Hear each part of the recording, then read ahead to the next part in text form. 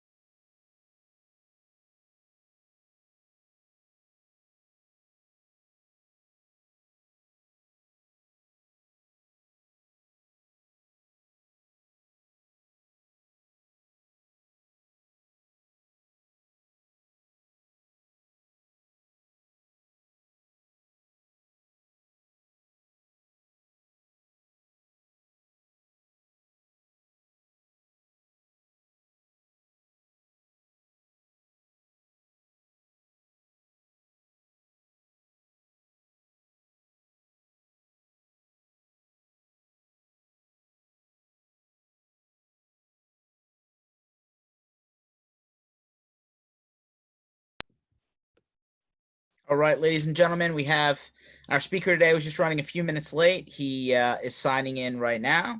So just give us a minute to get Brady from B&G team online, and then we'll get started. Shouldn't take more than another minute.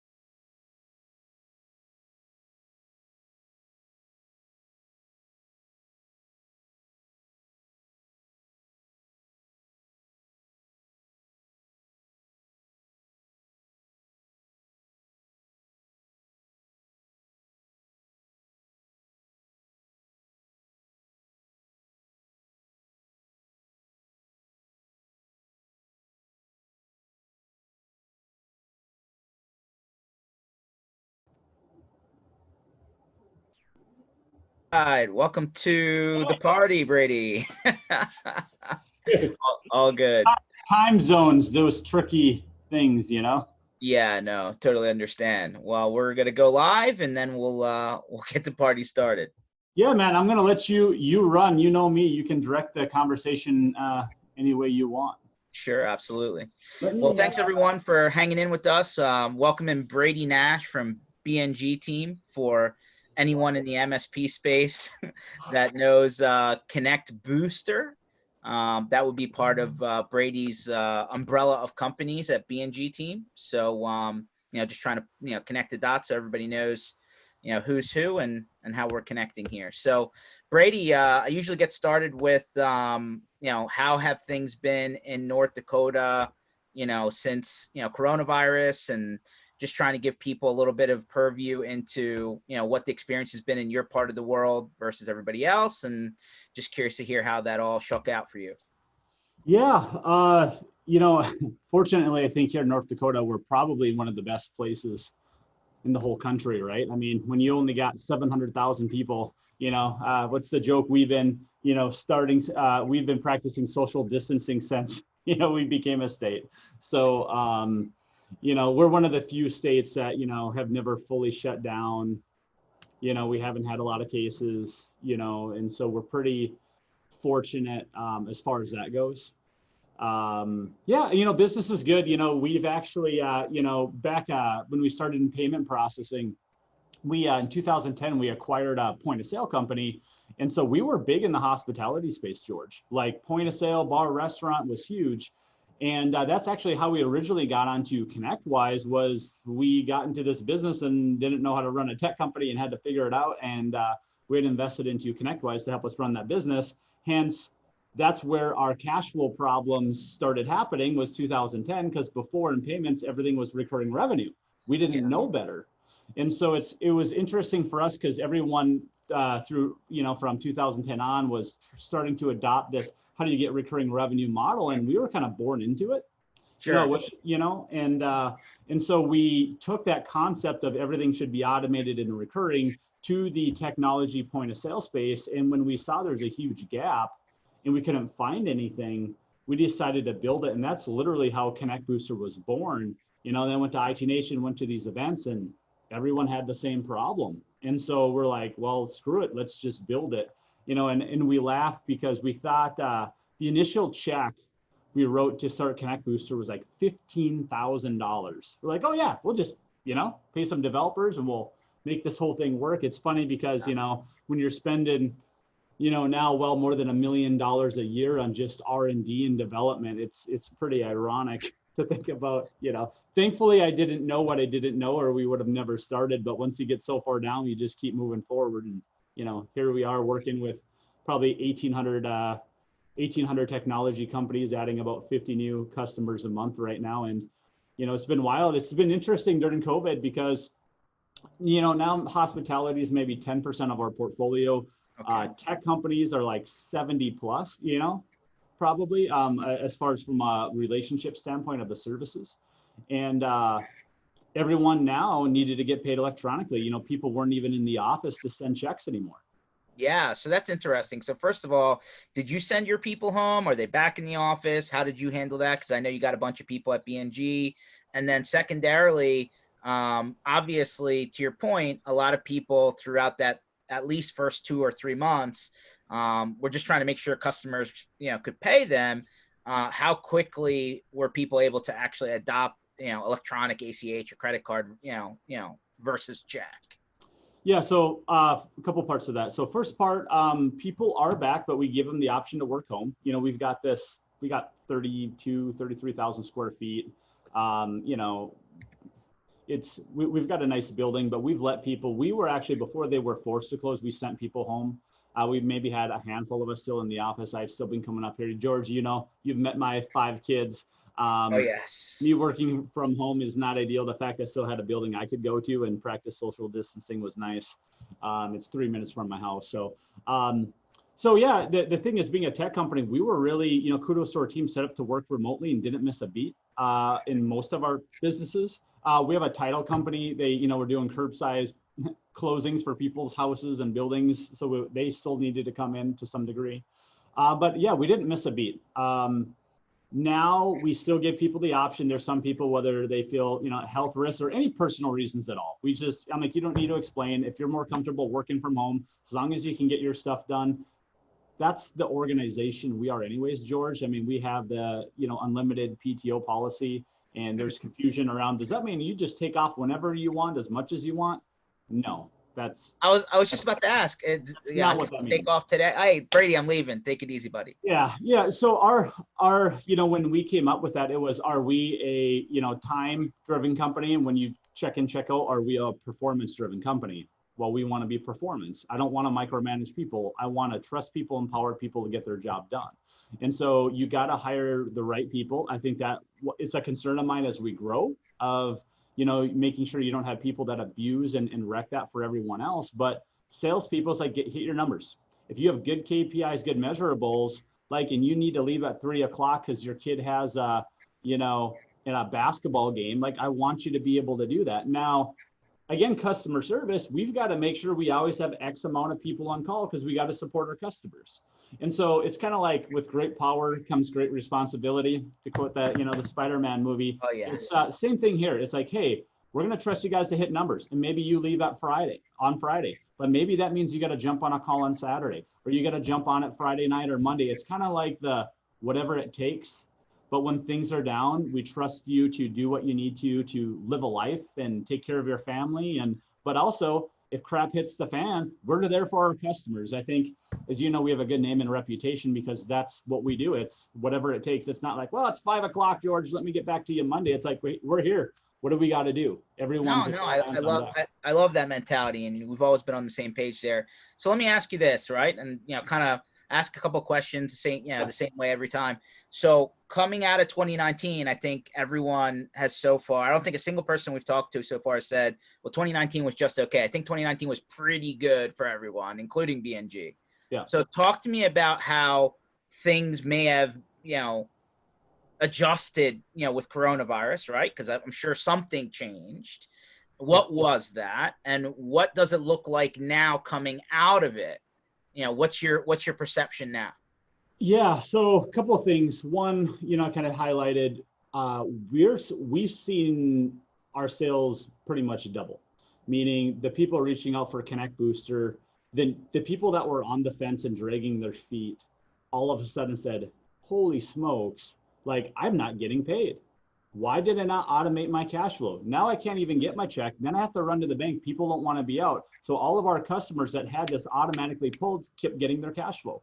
People that didn't. And so we've seen a huge increase in flux of people signing up. I also think our inability to go to conferences and shows made our social media posting, LinkedIn, Facebook, email marketing more palatable, or more, people are in front of their screen more, less meetings, so they're more receptive to it. So I think that's helped. And just engagement virtually has really helped. So I mean, we're doing twice the number of new onboarding sales this year as we were last year without all the conference expenses. So that's good.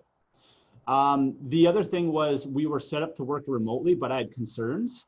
I have more confidence now, before I have to build a new building, that there's a large group of people that we might say, hey, you just want to keep working at home. And maybe I'm kicking around ideas, George, of, do we just have once a week or once or twice a month, we bring them in and do a team lunch, we cater in food, spend 3 hours to catch up with people, but they don't have an office, we're kicking around that idea. We're asking people, what do you think? Would that work? And so I think there's pros and cons. I realize now that that's actually a possibility. If we outgrew our building, I have a little bit more flex where I could send some people home before we built on an addition. I don't have to ramp up. I was gonna say the building's not that old, Brady. I mean, I know we've been in it now a year and a half, and with our acquisitions this year, that 2 of them were not planned, we added 50 people. So about 30 of them locally. The other 20 are not here in Fargo. But okay. So business-wise, you're saying Q1 and Q2 was explosive. Coronavirus just accelerated your whole situation. So now, from now to the end of the year, do you expect that to continue to be the case, or do you see things leveling out? Yeah, so our hospitality business, even though it's 10 from a residual standpoint, is getting crushed, right? I mean, we've lost well over, 6 figures in recurring revenue for a period that we're starting to see, come back. The new sales is doubling, but in our business, it's a long-term play. I mean, we don't charge a lot for Connect Booster. There's costs involved, and it's really a long-term place of, hey, we don't lose many customers. You start adding a couple $100 a month, and you're adding 50 customers a month. It's a big deal. But I do see continued growth. Some of the tech acquisition plays that we made, True IT being a big into the Business Central, CRM, GP consulting space. I see us being able to 3-4x, and that's actually a partnership program with other MSPs. And so a lot of these MSPs don't offer these services. It's a completely different skill set and vertical, but Yeah. we're allowing them. So CRM, ERP, like that kind of stuff, right? Yeah, That not yeah, necessarily the Dynamics. core. Yep, Yeah. yep, Dynamics. And so these MSPs can now go and offer these services where we handle it, but they get the recurring revenue. So we're giving them all of the Microsoft licensing revenue. And so we had this idea around Connect Booster because we work with all these partners. We typically have built some really good relationships, more than just a vendor, right? It's not just like, here's my credit card, here's my utility bill. We really actually try to have a partnership. How can we help you? Whether it's not just getting paid, but other relationships or connections, whether I'm referring to you, George, or one of our other vendors in the channel. That's what I love so much about the IT channel is it's so collaborative. Like, how many industries do you have competitors? Like, here are my financials. This is what you should do. This is the marketing that worked for me. Like, it's really cool. And hopefully people understand how unique and rare that is and amazing it is that you have people, like back when the day when it was HTG, it's now, what is it? ConnectWise. IT Nation Evolve. Yeah. Yeah, Evolve, like, that's amazing. Like, so many other industries do not operate that way. They're super private. They don't help their competitors at all, and this one is. And so we've really embraced, in all of B&G, our core mission is, how do you help the entrepreneurs? How do you help the dreamers live that dream better? So let's just zoom out real quick because we kind of jumped in a lot of different areas. So BNG is multiple divisions, if you would. Could you just very quickly lay out all of the components here so that people understand what's going on? Yeah. So again, the big vision, and then I'll dive into each one, is how do you help that business owner, the entrepreneur, live that dream better? What I've realized is, and in Georgia launched my, I'll give myself a plug here, the Accidental Entrepreneur Vlog. The point of that was I was an accidental entrepreneur. Meaning I went to college not knowing what I wanted to do. I wasn't interested in business or sales, and I fell into it and accidentally found my passion, my energy, that this is what I was meant to do. But I realized, especially in the IT channel, many of them are accidental entrepreneurs, and that's not meant to be negative. But what I meant is they were the kid that liked technology, got good at computers, and all of a sudden people gave them money to do it. They're like, this is kind of cool. Like, I just like messing around, building computers and tinkering. Now I'm making money. And then it turns into, now I should get a business name. I should have a business card and I guess a website now. And I need to get paid. Can I get one of those credit card swipey thingies? And geez, I need some help. I need payroll. I need accounting and QuickBooks. And there's all this stuff that these entrepreneurs get into. They have one passion, one skill set they really liked, and there's all this other crap they have to deal with. And so at B&G is, how can we help that entrepreneur streamline and automate all these other things that are necessary evils to get them back into their passion, their focus, which is their core competency of helping their customers and then scaling and growing, because they're happier, they make more money, and get them back focused on why they originally got into the business. And people, like I said, are happier and they make more money. And so that's what we're trying to do, whether it's payment processing, accounting, automation of getting paid. Once you do the work, you shouldn't have to be spending twice the amount of time trying to get paid. That's the point of Connect Booster. It's ridiculous. If you build out for an hour or two and you spend another 2-3 hours trying to collect that same bill, you just cut your hourly rate in half. Like, that's dumb. I think that's, Brady, there's no question that a lot of the guys out there who started in IT or computer repair or consulting, right? They started by themselves. They built it out of the back of the trunk, their basement, their garage, whatever. I mean, listen, not everybody's that way, but a lot of people are, right? That kind of built their way up. And at the end of the day, I think part of the problem is that, tech guys aren't necessarily the best business owners. Right. They Well, kind of have to doctors learn. too. It's funny, man. They joke, that's the stereotype, but it's true. Like doctors, brilliant people, good at saving lives. I'm really thankful for freaking doctors. I'm glad they go to school. I'm not anti-college. But when it comes to business and finance and payments, I mean, they're the first to typically admit they're stupid. Like I just had a buddy of mine, he's a doctor, brilliant guy. He's like, Brady, I don't know any of this. I hate this stuff. Can like you just take care of it? And so that's the thing is we all have different competencies. And I think we all can be bright and brilliant in areas and look really stupid and arrogant or ignorant in other areas of our lives. And so how could we help bridge that gap with professionals that can help those accidental entrepreneurs like myself, like you, George, of fixing all these other things that are necessary, but it's not what we want to be doing, but we have to do it. And that's where we've evolved even to, coaching. We just partnered with a guy that is big on EOS traction. I think Yep. That was pushed at one of the IT nations a couple of years ago, if I remember right. We had Jameson on a few sessions ago. He talked about, he started talking about that. You may have to bring him back on to kind of zoom out on what the end result of all of that looks like. But yeah. So I mean, we've made the Inc. 5000 list 5 years, going on 6 years in a row. And I'm not saying that to brag. I'm just saying I've experienced consistent organic growth. We've never gotten venture capital. I understand the problems, right? Going from 3 college dropouts into using credit cards to finance the business. Our parents didn't have money, trying to figure out loans. Luckily, as you know, George, North Dakota is the only state that has its own state-owned bank. And our governor was the one that created Great Plains that sold it to Microsoft, which back in the day was their largest acquisition for like $1 billion. I mean, he is a tech-focused governor. And so they've launched some programs to try to diversify the state of North Dakota into, instead of ag and energy, into tech. And so literally I'm meeting with the Bank of North Dakota, helping them formulate of how to borrow to tech-based companies and value them where we don't traditionally have the assets as a building or land where a bank can borrow to us. Sure. We have these assets, but on a balance sheet, it shows nothing. Let's actually zoom out on this for the people that are watching, because I know we only have so much time.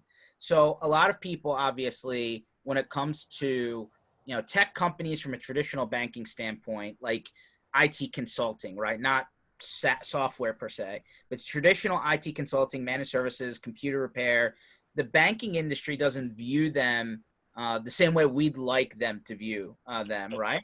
And so when they go to the bank, short of PPP or idle, right, with these programs that came out for coronavirus, if you were to go to the bank and try and get traditional bank lending, you kind of struggle, right? I mean, they're not very open to just even though the interest rates are real low and business was doing real well before coronavirus, I feel like that was not very helpful to the average MSP. So if you were giving anyone advice who's in that position, who wants to grow, whether they want to add more people and they need, money to bridge them to that point, or they're looking to maybe even go out and acquire, where should they go to look for money without, giving out chunks away of ownership in their business?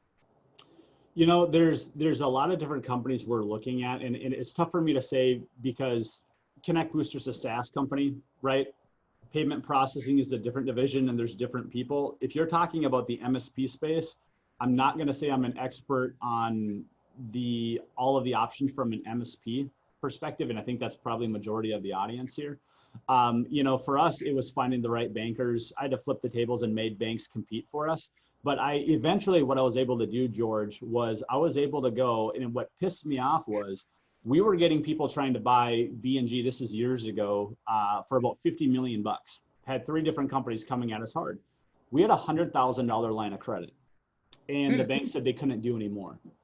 And so if you wanted to buy a building, so you can see the building behind the example I had to give them was I'm like, let's say that's a $10 million building. You guys would borrow me $8 million to buy that building, right?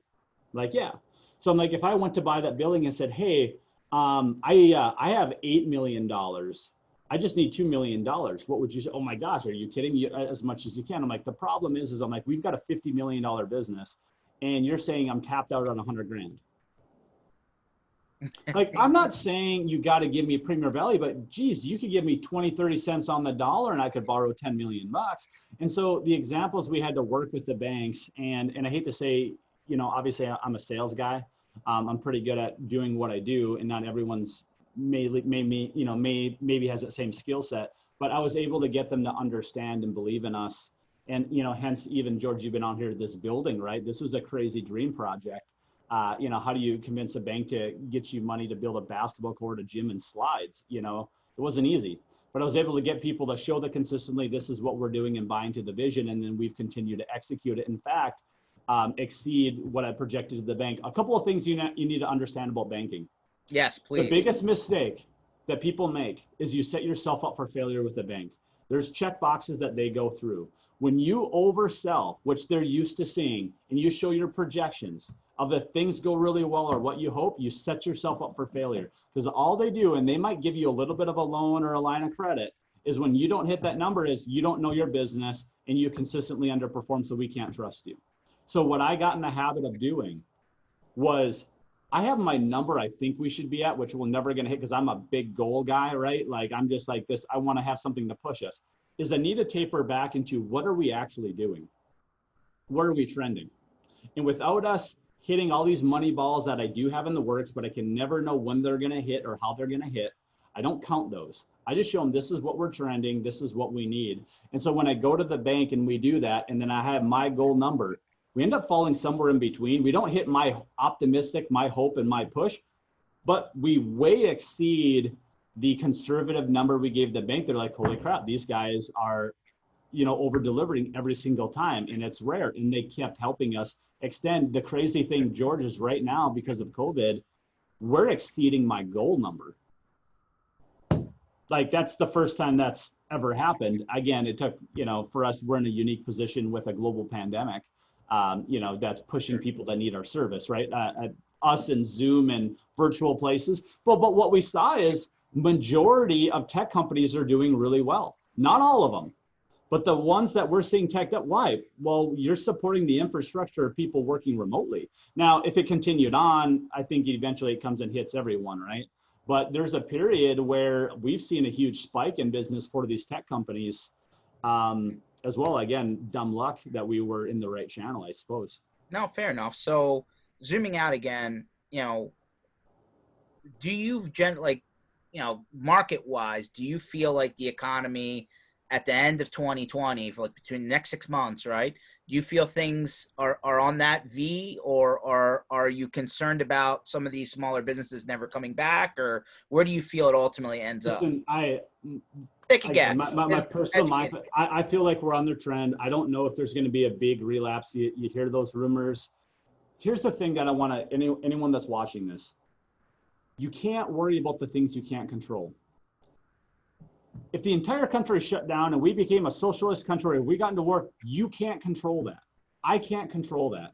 So I always go at, you can't operate in fear. I look at what can I do to put myself in the best situation regardless of what happens.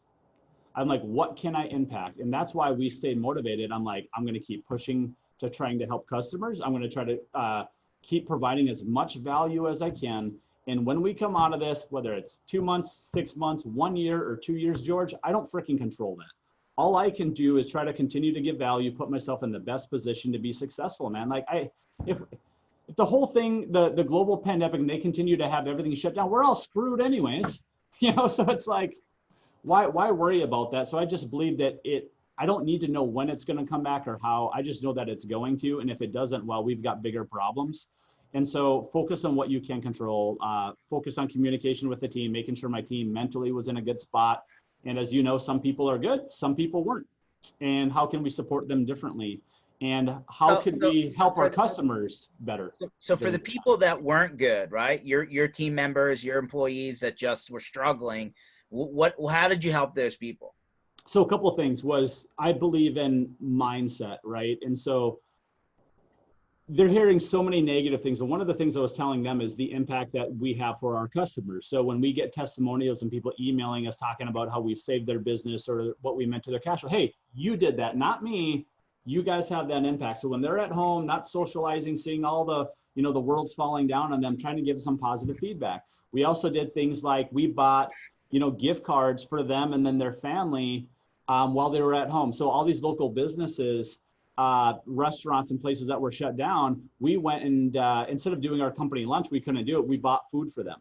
And then also, hey, where do you want to buy a gift card to support? So making them feel like a part of, they got to give places that matter to them while getting them some money, while supporting the local community.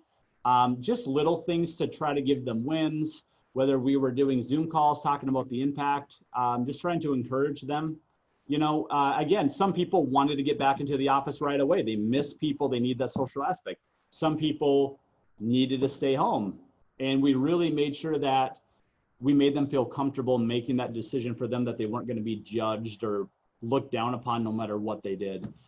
In fact, one of my next posts coming out was, you'll like this, George, was the reality of freedom of speech, and how you do have the freedom to say what you want, but it doesn't mean there's not an impact, positive and negative, depending on what you're saying. And I'm not saying what you need to say or believe. I'm just saying, understand your words do mean something, and there is an impact, and make sure you understand and you're ready to weather whatever that storm is, good or bad. No, that's all. I mean, listen, that's the vibe definitely changes things, right? So, let me ask you this question. Being timely also helps, right? I say it all the time to my people.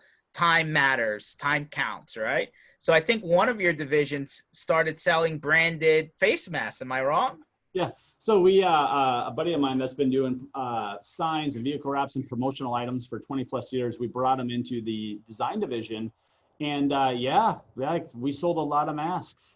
And so we found a connection and we put their logo on it. We actually, we also launched the ND Smart campaign. Our governor came out, was talking about being North Dakota Smart and whatever. And so we made a whole brand around hashtag, ND Smart, I don't have the hat on me. I brought it home. I believe you. But anyways, we ran a campaign, and all the proceeds of that we're donating to local businesses in need, and so that wasn't about us making money, but how can we support our local community? And then some of the masks that they wanted to put their logo on it, obviously, we made money on that. But again, what are the needs? What are the problems? People couldn't get masks. We found the suppliers and we're buying enough to be able to get priority. And so we were able to donate those and sell some of those to corporations.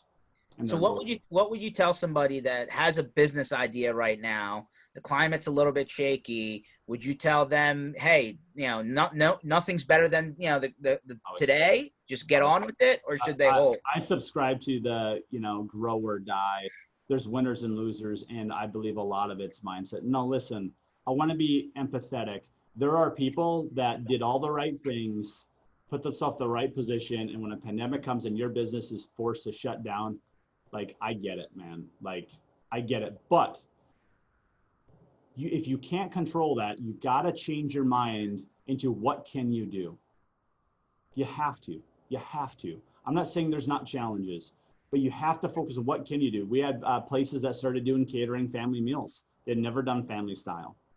They stepped up and they did enough to survive, right? There's always an option. And I look at, yes, there's going to be some businesses closed that will stay closed. There's also going to be a lot of really nice buildings set up for a restaurant because they were a restaurant that new people are going to come into and take over. And so, I look at from an opportunistic, side, there's going to be new businesses, new names, new logos. They're going to buy signs. They're going to need payment processing. They're going to need point of sale. They're going to need tech. They're going to need websites. They're going to need marketing. Maybe that's a couple more months from now, but the world's not going anywhere. And if it does, well, I guess we're all gone. So what does it matter? The thing is, we're going to move forward, man. Put yourself in the best position. Technology, the reason we went after technology is not going anywhere. It's evolving. It's changing. That's opportunity.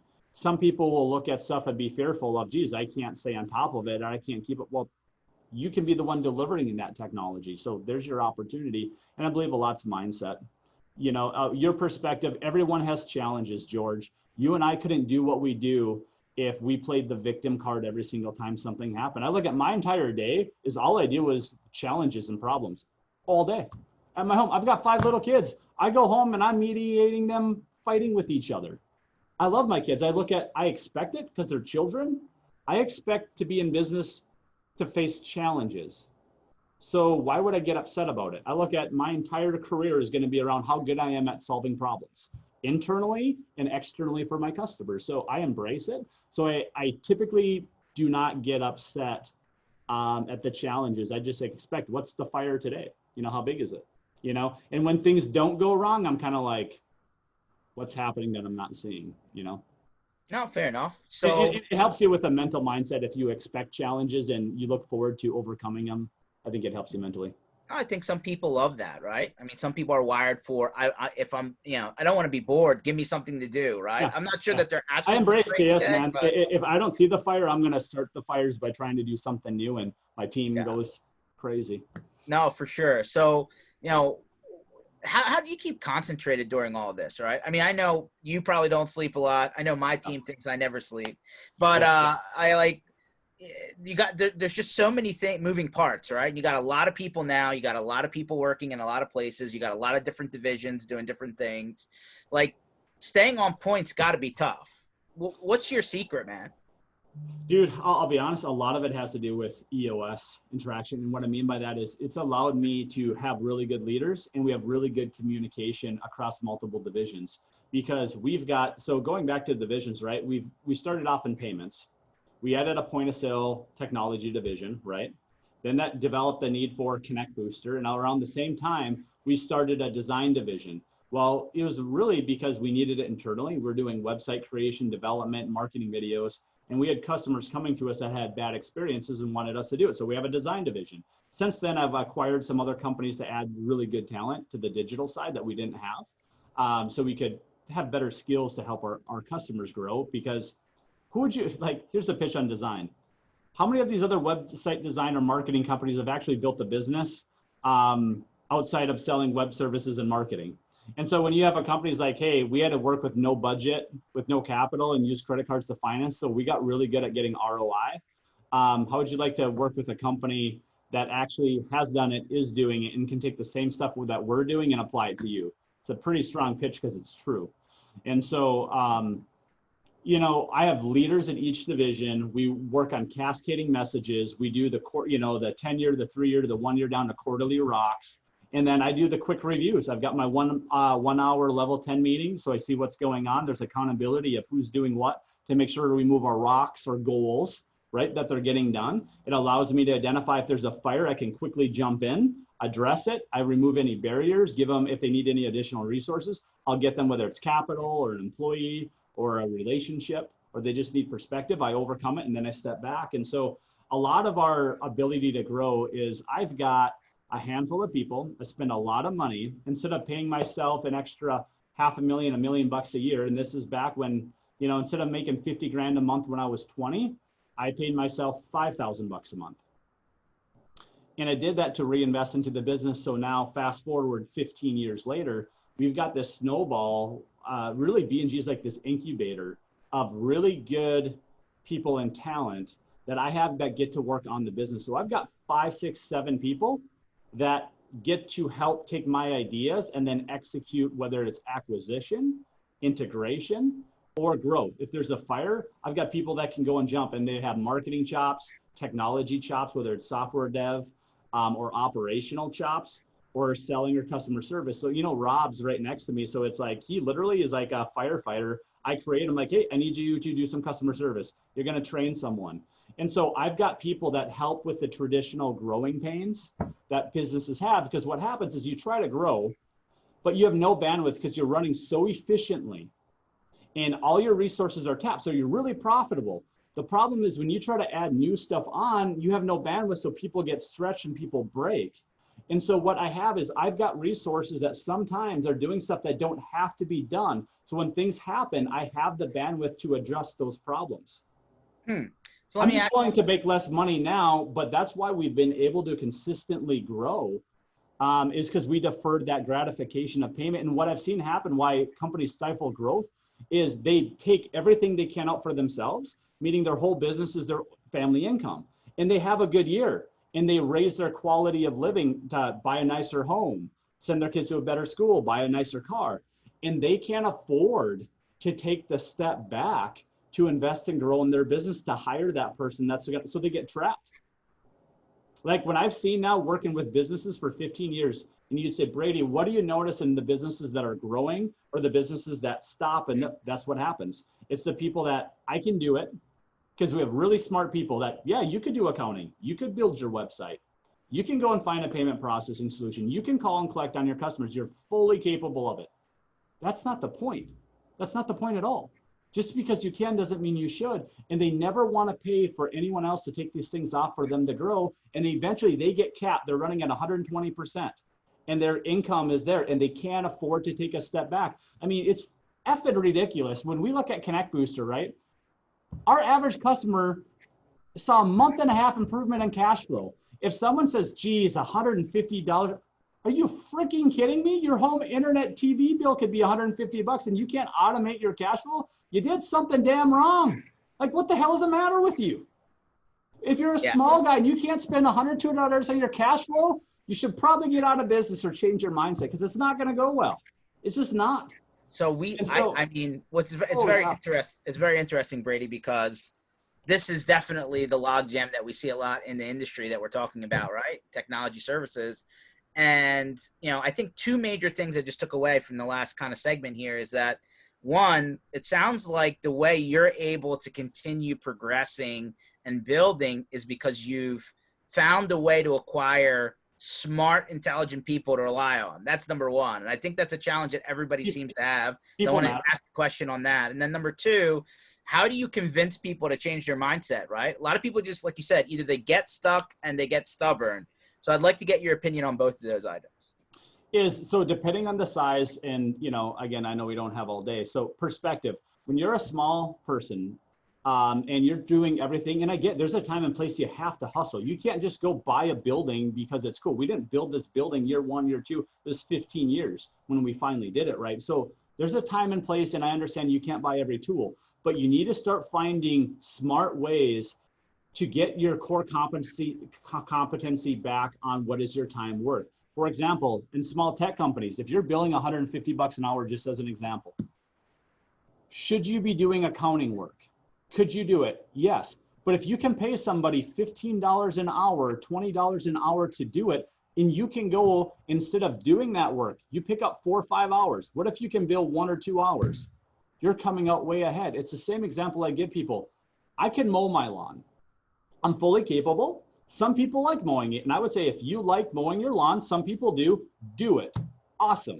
But if you don't, my mind goes to, geez, why would I go spend 2 hours, 3 hours? I should be spending it with my kids because I don't get to spend enough time with them. And if I'm going to work, why would I not work on B&G or Connect Booster, a business where I'm getting paid in spades? Like, there's a psychology aspect.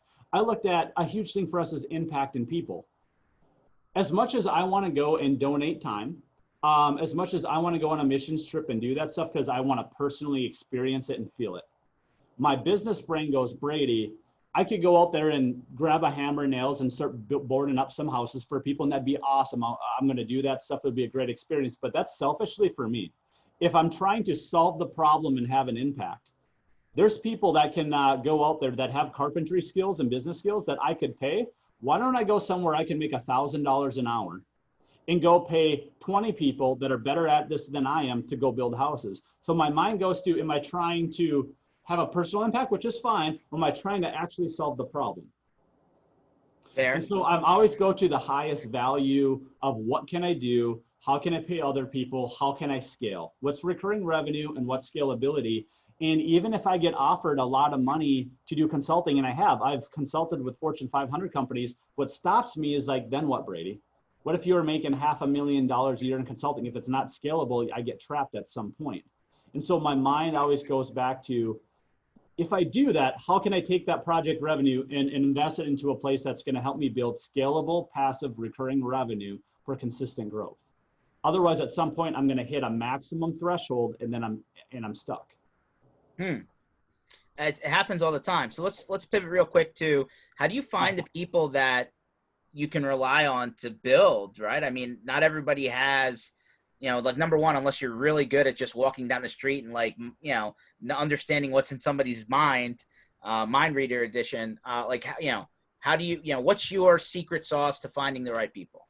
So the story of how we did it was, I made friends. We started as, 3 college dropouts, and the people we hired, my CFO was a guy I played basketball with at the gym. He worked at Perkins. He was going to college and he was getting his accounting degree. We started him off at like a $30,000 a year accountant when Ryan Goodman finally was pulling all his hair out doing our books. We needed someone, right? And so I found people I trusted. Since then, as we built and grow, because we didn't have a lot of money, right? We couldn't afford salaries. We were all independent contractors, found people that could afford to be on commission only because I couldn't afford to pay them. And eventually we waited, instead of paying ourselves more money and buying fancier cars and houses, we finally hired that sales rep. We went and bit the bullet, Scott Heinley. And he took a pay cut because he believed in our vision. And so, I'm sure a lot of people on here have watched Simon Sinek, right? Yes. Why? The thing that we've done a very good job at over years, and why we have people applying all over the state. I mean, George, I've got presidents of banks and vice presidents applying because they make good money. They're so burnt out at where they're at that they're willing to take even a substantial pay cut. I mean, they reach out and say, this is where I'm at. I can do this. I want to be a part of your mission and what you guys are doing. And because people want to feel valued. People want to have an impact nowadays. It's, yes, they need to make money because they got to, take care of their family and friends, and money does matter. But people also want to feel like they're making an impact. And when they see how we treat our customers, I mean, just ask a Connect Booster customer if you think we care. We do. We don't outsource support because I want to control the quality of it. There's a reason my cell phone's on my damn business card.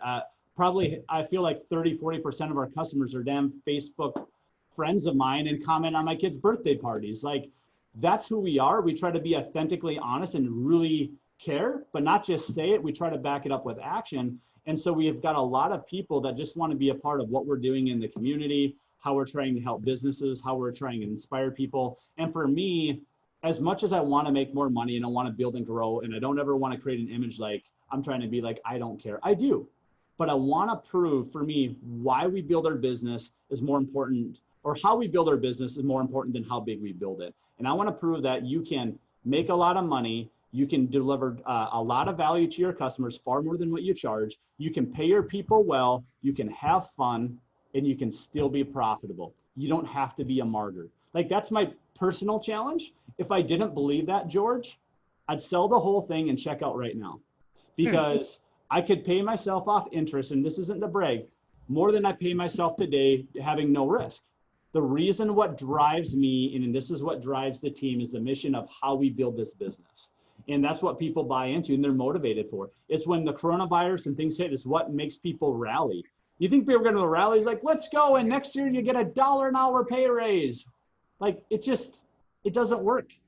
And so when you can have stories of impacting businesses, keeping businesses afloat, and you understand it's not just that entrepreneur, it's all the jobs and families they support.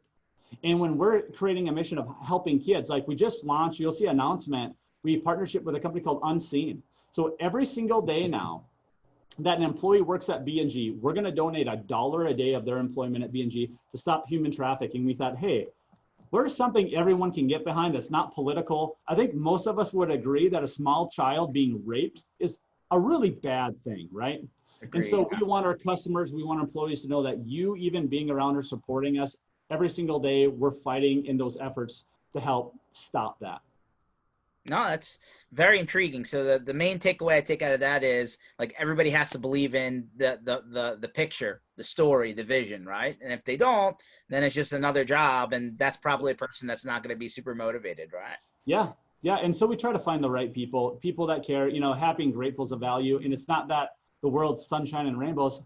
My whole thing is, I don't want to work with assholes. Like, I don't want someone that's a jerk. I don't care how smart you are, how talented you are. If you're an ass, like, just go be an ass somewhere else and make your money. I don't care. Like, I want people that, the example I give was, if George, you and I are working together and John won the lottery, we should be happy for John. For sure. Or are you going to be like, why the hell did John win the lottery? I buy lotto tickets. John doesn't need it. There's a peek into someone's soul and mindset, and that negative, toxic, complaining victim mentality is so toxic that I'm like, it will destroy you from the inside out. And what I've learned is, just picking out numbers, you'll get the point of the example, is about 20% of people are influencers. And what I mean by that is maybe 10% are positive, meaning they walk into a room and they can build positive energy and people will follow.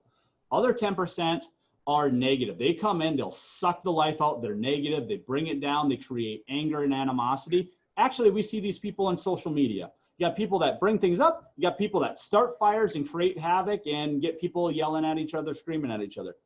I honestly feel 80% of people are followers, meaning they will adapt to the environment they're in. And so in a business world, are you one of doom and gloom and frustration and yelling? People will adapt and adjust. Or are you one of being positive, optimistic, pick each other up, we're in this together, and people will adapt. And so I really try to make sure we don't get that negative 10% because it'll bring other people that are good people into that mix. And when I find a really good positive influencer that has the skills, right? You can't just be a good person. Like, right. It's like, hey, you're a great person. I look at what value can you bring our customers? What value can you bring our business? And I'll help find a spot because I want those people. Because as we build and grow, my number one fear is culture and how you keep it. And I can start it, but it's got to follow all the way through. And I tell our team is like, you want a good culture, be the culture that you want. It can't just be me. If you need something, let me know, but it's going to come down to you guys, and you guys are creating the environment. No, it's good advice. I mean, now, Brady, if I'm in the backyard burning Dallas Cowboys shirts, that's not bad, right? Dude, that's funny. That's like comedic relief is good. You know, especially with a good friend of ours, there's lines, right? So. No, fair enough. Few minutes left. Would love to understand, when's the next time you see yourself taking a vacation, buddy? You know, this just happened last night, George. So my wife was telling me there's a good buddy of mine that is our business partner on the insurance and title side, and they've got 4 kids all around our age. My wife went to high school with them, and so we're looking at taking a family vacation that was, canceled. We were going to go to Disney, but we actually might be going to Disney in August because it looks like they're opening back up. That's fantastic, man. Plane flights were like $100. So for me to bring my family, are you concerned about getting on a plane? Some people are still pretty. I'm not. All right. No, listen. I understand. This is a whole nother conversation. My whole thing is based upon everything I'm seeing. I'm hearing that all of us are going to have to get COVID, right? That's what they're saying at one point or the other. I'm like, I'm going to wash my hands. I guess I've always washed my hands. I try not to cough on people. I did that before COVID. If other people weren't doing that, I guess I'm glad maybe they're doing it now. I guess if I'm going to get it, I'm going to get it. I'm not going to go lick handlebars and hopefully be around people that are coughing on me. And, my wife's a germ freak and has been before, but I don't know, at some point you got to move on as is, man. And for me, trusting God, like I'm not too concerned about it. I try to move on and control what I can control. And I'm just not worried about this because I don't think it'll be, I think the same fear is there a year from now, 2 years from now. They're saying it's not all going to be gone. So if we have to get it, I can't shell up for the next 1 year, 2 years when there's even no guarantee that it's going to be gone because they're saying it's not. So does your team take the same opinion? Do you send your guys back out on the road when events kick back up, or? We're going to be very cautious of respecting people's beliefs, and I feel that way. I grew up in a very conservative Christian family. Some of my best friends and family members, I have atheists that I hang out with. And so I'm the guy that's never had a drop of alcohol that met his wife at the bar. So what I mean by that is I'm a little bit different in that I have my strong beliefs, but I don't like to judge people. And I typically empathize and understand where they're coming from. And so if people are fearful, like, yeah, stay home. If you have someone at risk, like, I get it. Like, I'm not mad at them for wanting to stay home. That's awesome. But I also don't want to judge people if they're going out and trying to continue on with their lives. Especially when there's no one that can give a confident answer that it's gonna, hey, if we all just were good for a month, we'd be good. That's not the case. And everyone said that. So at some point we have to continue on with life. There's always risks. And being someone that my entire life has been around risk and most people think I'm crazy, I don't know, man. If I'm supposed to die, God's gonna take me, and hopefully my death cause a positive impact, but I don't know. I can't operate in fear. I just can't. No, fair enough. NFL season happening, yes or no? I don't know. What are your thoughts? You know I more than think I do. I think it's going to happen. I think I don't think there's going to be anybody in the stands or in the stadium, but I think the team will be there. So at least we'll be able to watch on TV. I hope they give me my money back. We spent like, I've got now 7 season tickets to the Viking Stadium. Yeah. So I know you said your team said they'd refund you. I haven't gotten any notice. Oh yeah, no, I would call. I listen. I got a call and an email saying if we can't get into the building because they're not allowing people, that they'll refund your tickets. And that's an NFL team. Like Brady, I've never seen this. Any professional team offer that. So obviously, It's in Philadelphia. I mean, aren't they like terrible people? No, stop. Just kidding. Had to go there. All Thanks good. so much, George. And for anyone that's watching, I just want to encourage you, control what you can control. It's not just being positive, just don't be negative. Focus on what you can do. Everything else is going to be what it is, help your customers, love your family, and, enjoy life, and, take the curveballs that come with it.